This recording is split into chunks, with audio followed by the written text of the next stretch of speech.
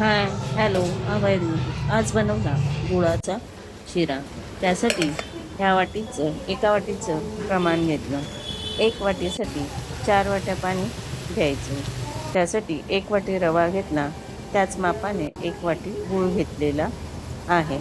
चला, गुळाचा शिरा कसा बनवला ते सांगते. त्यासाठी पहिलं कढईमध्ये तूप घेतलं. पहिले ड्रायफ्रूट्स भाजून घेतले. एका साईडला काय केलं,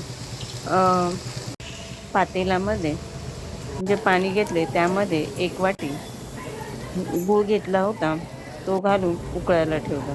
दुसऱ्या साईडला तुपामध्ये खमंग असा रवा सोनेरी रंग तोपर्यंत भाजून घेतला. तोपर्यंत इथे पाणी उकळले ते उकळलेलं पाणी भाजलेल्या शिऱ्यामध्ये ओतून घेतलं आणि छान मिक्स करून घेतलं. सतत त्याला ढवळत राहायला लागतं, कारण की गुठळ्या होऊ नये. जर सतत ढवळलं नाही तर गुठळ्या होतात. नंतर थोडंसं किंचित मीठ टाकलं आणि आपण जे ड्रायफ्रूट्स तळून घेतले होते तुपात ते घालून घेतले आणि मस्त असा रवा परतून घेतला. नंतर लास्टला 1